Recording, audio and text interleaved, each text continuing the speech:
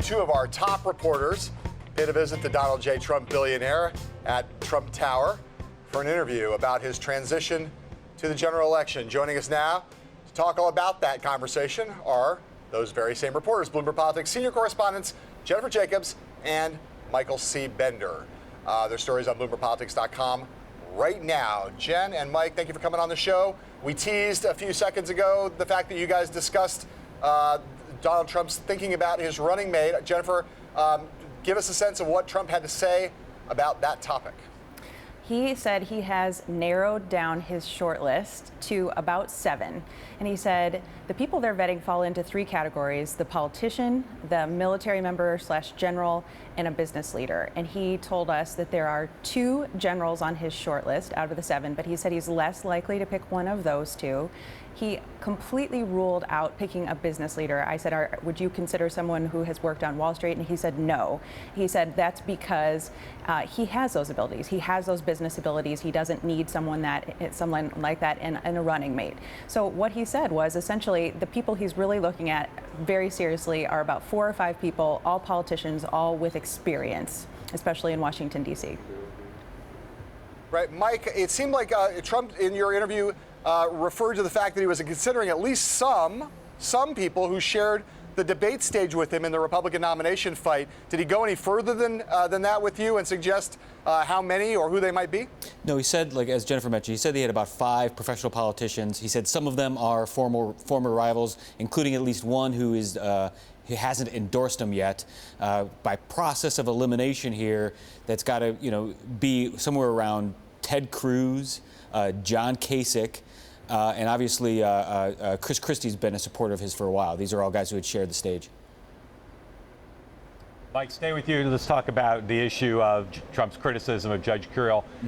Elites believe this has hurt him or will hurt him. We've not seen enough polling now to say whether that's true or not. What's Trump's view of whether this controversy has hurt him with donors and with people in the Republican Party?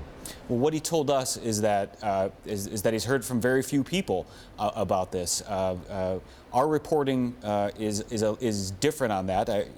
Is that donors are nervous about this, and we're put off by these comments.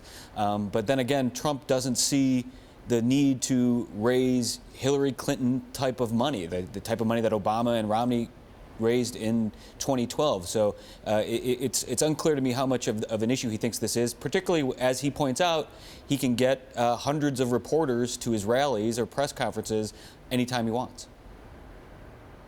Jennifer, let me stay with that issue of fundraising. We had Fred Malek on the show yesterday, the finance chair of the RGA, who said that he was amongst many people we talked to who are troubled by Trump's inability to kind of gear up a hard dollar operation for the campaign. Does Trump thinks he needs to raise less?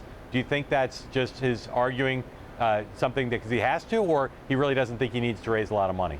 Well, first of all, yeah, I mean, he was pretty serious when he said, my fame as a reality TV star will get me as far as I need. He said, I'm just special. I'm like no candidate you've ever seen. I can proceed and run for president with less money.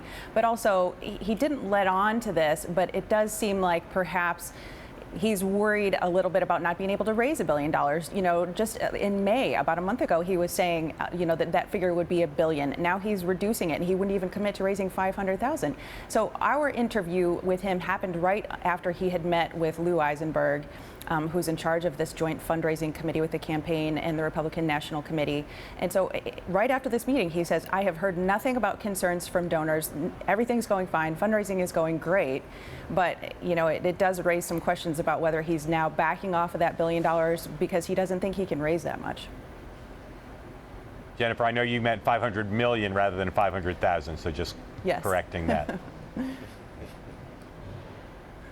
Mike, let me ask you this question. Just stepping away from specifics for a second. Like, Trump's been through a really tough week. What was the atmosphere when you sat down with him? How did he seem to you? What was his disposition? Yeah, he was pretty subdued. It was early in the morning. I think around Trump Organization, and I think he was on his first Diet Coke of the day. He gave an attempt at trying to be humble, some humility. I threw a line out to him suggesting that he had out-negotiated House Speaker Paul Ryan for his endorsement.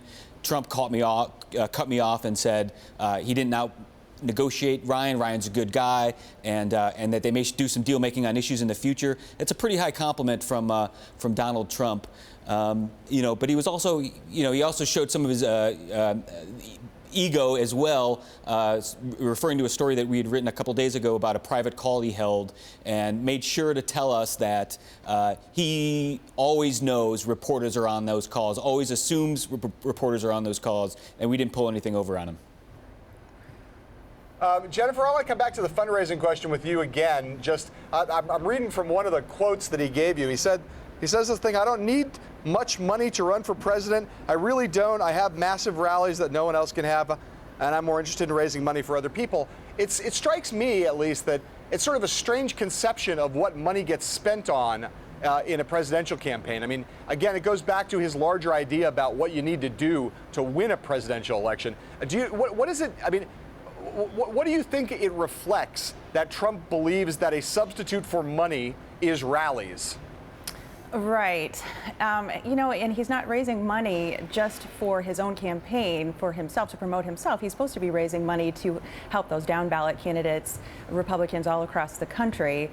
So unless he's going to start mentioning those candidates at his rallies, I'm not sure how much it helps them. So the larger purpose is that he's supposed to be helping the GOP, and $1 billion is what has been raised in past cycles.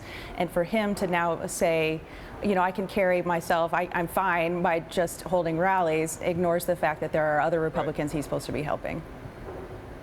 Well, and not only that, it seems to me, Jennifer, that it suggests, I know he's made comments about this in the past, but it seems to me to suggest that he doesn't think there's a very big role for a ground game.